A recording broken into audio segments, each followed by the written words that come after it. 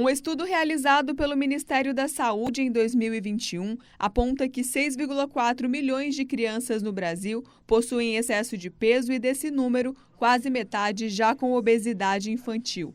Essa tendência é tida como problema de saúde pública, considerando que o sobrepeso pode vir acompanhado de várias doenças ao longo da vida. Isso no dia a dia, dentro da rotina de um consultório, a gente vai avaliar e fazer o diagnóstico justamente com a consulta pediátrica.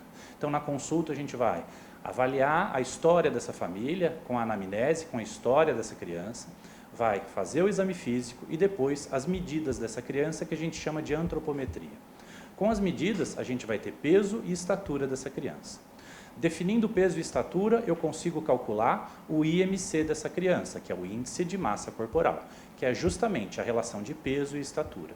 E com base nesse IMC, a gente vai lançar para uma curva, porque em pediatria a gente sempre vai ter curva para praticamente todos os valores, e onde essa criança estiver na curva, a gente vai conseguir definir o sobrepeso, o risco de sobrepeso ou a obesidade, com base se é menino, menina e com base na idade dessa criança. Ainda de acordo com o Ministério da Saúde, das crianças menores de 2 anos que foram atendidas pelo Sistema Único de Saúde, o SUS, 27% delas já apresentavam grau de sobrepeso ou obesidade. São muitos os fatores que contribuem para que a doença surja logo durante a primeira infância, como fatores genéticos, comportamentais, sociais e até emocionais. Por isso, a melhor maneira de prevenção é inserir hábitos saudáveis à rotina desde os primeiros anos de vida. Com relação às comorbidades, ou seja, às complicações que a obesidade pode causar, então é o que a gente chama de doenças crônicas não transmissíveis,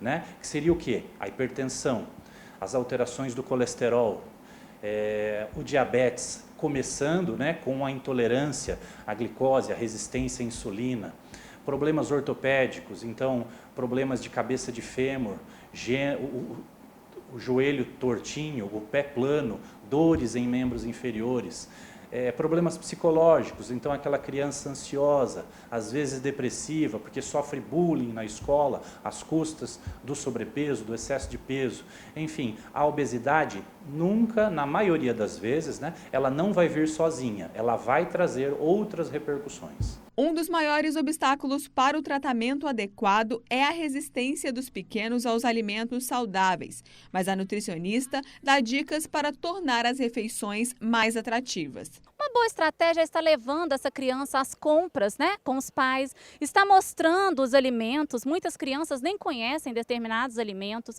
a importância de estar consumindo esses alimentos, levar a criança também para a cozinha, para preparar esses alimentos junto com a família, fazer um prato saboroso com esses alimentos, também se torna o experimentar muito mais gostoso. Então, oferecer esses alimentos, né, e apresentar de uma forma mais lúdica para essa criança.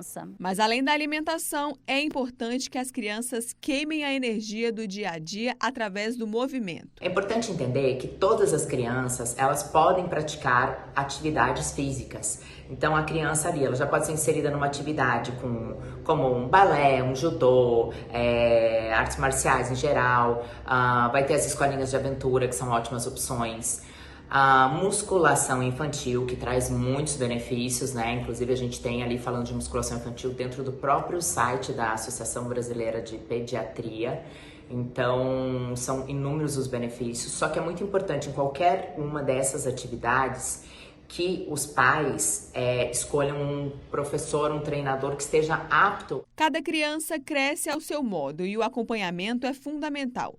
Mas o médico ressalta que crianças reproduzem o estilo de vida do ambiente familiar. É o hábito da atividade física, o hábito da alimentação saudável, para que essa família dê exemplo para essa criança. Então, trazer essa criança para o seio familiar, para a mesa, para comer em família, ao invés de comer na frente de uma tela, na frente de uma televisão, tirar e reduzir o uso de telas ao longo do dia. E quando eu falo telas, não é só a televisão, mas é o celular, é o tablet, é o videogame, é o computador.